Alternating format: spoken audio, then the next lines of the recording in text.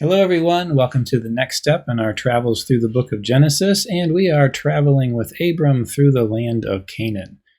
Previously, the Lord gave Abram a covenant, promising him land, seed, and blessing, but asking him to go to that land that he would be shown. In the last paragraph, Abraham did exactly that. God said go, and he went. Now we get a little bit more details about his travels through the land of Canaan. We start with Vayera Adonai el Avram. So let's look at Vayera. Nothing at the end. At the beginning, we have Vav Patak Dagesh, preterite. And what's going on with R1? Okay, R1 is not the Yod. This is not Yareh. The preterite always puts its dagesh in the prefix of the prefixed verb form. So that is the 3ms indicator, not R1. First radical is resh and then aleph, and then we have lost the phony hey. When we make preterites and when we make jussives, so-called third hey roots lose their third hey because the accent has moved up. Okay, what stem do we have? What's going on with R1? That's our question. When we look at R1, it's over top of a kametz, but maybe we're saying to ourselves, sometimes things get a little wonky with preterites and weak roots. Let's back up a little bit. The prefix has a tsere, that's an E-class vowel. Which stems have an E-class vowel under the prefix? Yeah, either the kal or the nifal. But those we are expecting a hirik. We have to explain why do we end up with a tsere. Tsere would be a lengthened hirik. So what happened here is that we had the normal ID badge, hirik under the prefix, dagesh in R1 and R1 over kametz, right? Hirik, dagesh, kametz. That's the nifal's ID badge. The dagesh couldn't go in the resh because it's a guttural. It got rejected or spit out, and it lengthened the hirik before it. So this is not the Lord saw Abram. This is the Lord was seen to Abram. Well, that's really bad. This is the nifal being middle and not simply passive. The Lord appeared to Abram. And Vayomer, he said, Lizaraka etain et haaretz hazot. To your seed I will give this land, or to your descendants I will give this land. So a shortened repetition of the Abrahamic covenant, where we have both seed and land referred to. Vayiven Sham Mizbeach Ladonai. So let's take a look at Vayiven. The accent has moved up here, and that means that we have lost something because this is a weak root. So at the end, there is nothing. There's no pronominal suffix, and there's no R3. We've got the preterite marker at the front. We've got the prefixed yod, so it's 3ms. The root would be bana. Yeah, we've lost the final hey, just like we lost the final hey off of ra'ah in the first line. So bana is to build. He built there an altar to the Lord. Hanir'eh elive. So let's take a look at Hanir'eh. What's at the end? Well, there's a hey. It's not a pronominal suffix. There's no mapik in the hey. Yeah, that's just R3. Right? The root is ra'ah. What's at the beginning? Hey patak dagesh is the article. How many verb forms can we put the article on? Yeah, that would be limited to the participle. And then we have a noon. Why do we have a noon? I thought participles started with mem or had a cholam with R1. Well, okay, cholam with R1 is for kal participles, and mem is for all of the D stem and H stem participles. All participles except kal and nifal start with that performative mem. This is the nifal's noon. So he built there an altar to the Lord who appeared to him, or who had appeared to him. I'm feeling like had appeared is better at the moment, so I'm going to add that. That's going to go away in a second. Then we have vayatek. Now, this is not one of the vocabulary words that we've had in first year Hebrew, but let's take a look at the pieces. Anything at the end? No. At the beginning? Yeah, Vav Patak Dagesh in that yod for a 3ms preterite of some sort. And then we're going to look at what's going on with R1. R1 has joined the prefix to make a pretonic closed short syllable, and the prefix has a patak, but R1 is a guttural. So that could be either cal or hifil. The next thing we're going to do is take a look at the theme vowel. If it's a cal, we would normally expect an U-class theme vowel. Here we have an E-class theme vowel. So this is going to be a hifil. And so the root means that they are setting out or journeying on, that kind of thing. So they set out from their, and we have a directional hay on Har mountain. He set out from there to the mountain, Mekedem, to the east of Beit El, Bethel. Then Vayet. There's not much of a verb there on Vayet. What's going on? There's nothing at the end. Not even R3 is at the end. Vav Patak Dagesh at the front. The Dagesh is in the prefix Yod. We've only got one root letter here, the Tet. What gives? Well, this is from Nata. So the final hey is gone because the preterite moved the accent up.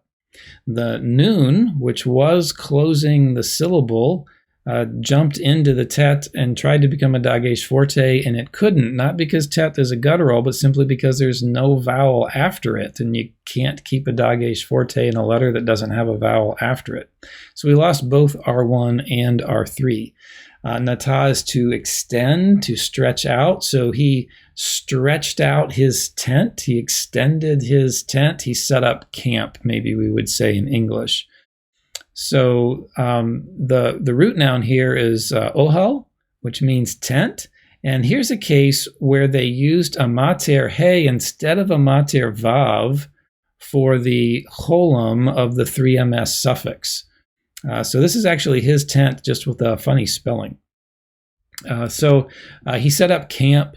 He spread out his tent. And then we have a comment that Bethel was miyam, right? Yam is a reference to the sea, and they're oriented toward sunrise. So sunrise or the east is in front of, and behind, or the sea or west are all similar terms when we're talking about directions and locations. So Bethel's on the west, and the city of Ai is on the east. Vayivan Sham Mizbeach Ladonai sounds just like this line up here. Vayivan Sham Mizbeach Adonai. And then he built an altar to the Lord there. Vayikra b'shem Adonai. And he called out in the name of the Lord. A phrase we'll take another look at in a moment. And then Vayisa Avram. What is the root in Vayisa?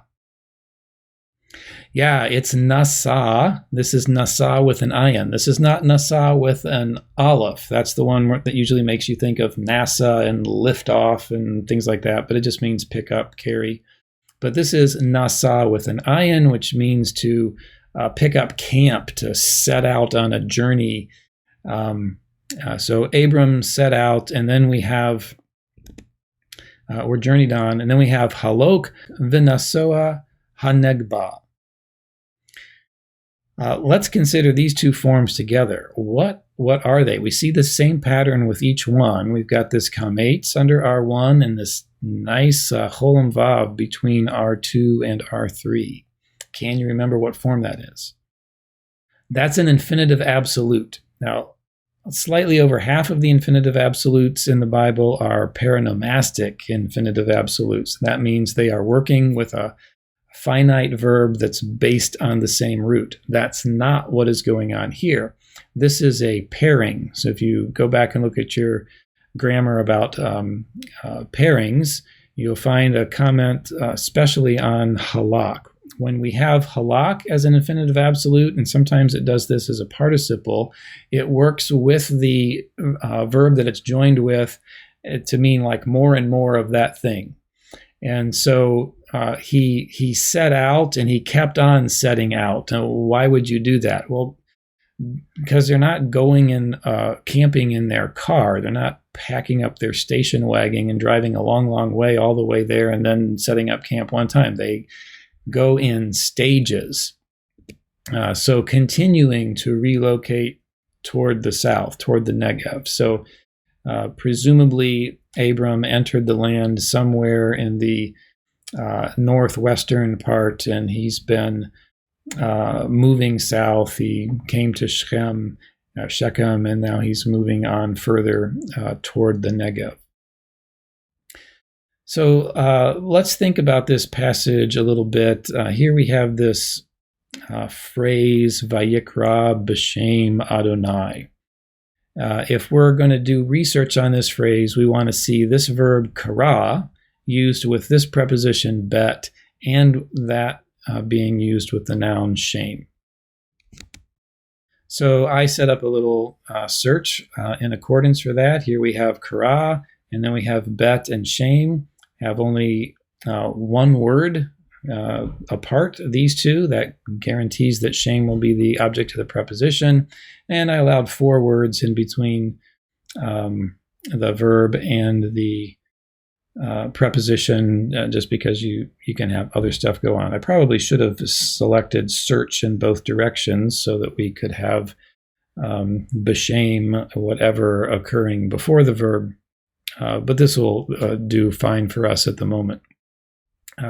So if we start looking at all of the call in a name, we find a handful of things. You can call someone by name specifically, like it's in class and somebody's raised their hand and then I call on someone, or maybe I volunteer them, but I call on them by name. We can call someone a name, give them a name. We can call in the name of a god or the real God. And we see that when Elijah is facing off with the prophets of Baal. It seems to be a reference to praying. And then there are other times when we call the name, and that's parallel to making known God's deeds or giving thanks to God. And so it's more of a proclamation of God's name in the setting of worship. Let's take a look at the Net Bible note on this. They translated, there he built an altar to the Lord, and he worshiped the Lord, and gives us this note 26. The Hebrew says, he called in the name of the Lord, and the expression refers to worshiping through prayer and sacrifice, and gives us some other references as well as a commentary. So when we think about what that means here and what it's doing in the story, we see that God called him to go. In the next paragraph, he goes, and it gives us some perhaps mundane details about all the stuff he's taking with him. And it tells us that he leaves, he goes to, and he goes partway through the land. Now we're looking at him going through the land, and he's gotten there. The Lord reiterates part of the covenant to him with this promise, and Abraham builds an altar. And when he relocates again, he sets up camp and he builds an altar, and he proclaims the name of the Lord. He worships in the name of the Lord. He certainly prays in the name of the Lord. And he continued journeying on, in stages toward the Negev. And even though it doesn't say every time that he built an altar, it would be reasonable to suppose that he might build an altar each time, and that he is proclaiming the name of the Lord each time. When we were back there in the first paragraph, we were talking about covenants, and were they conditional or unconditional? Were there 2 different classifications? Talking about it being a fuzzy boundary. And the comment that we made at the time was that a treaty or covenant always has a presumed loyalty, even if it doesn't have things that are stated requirements in it and in the particular document.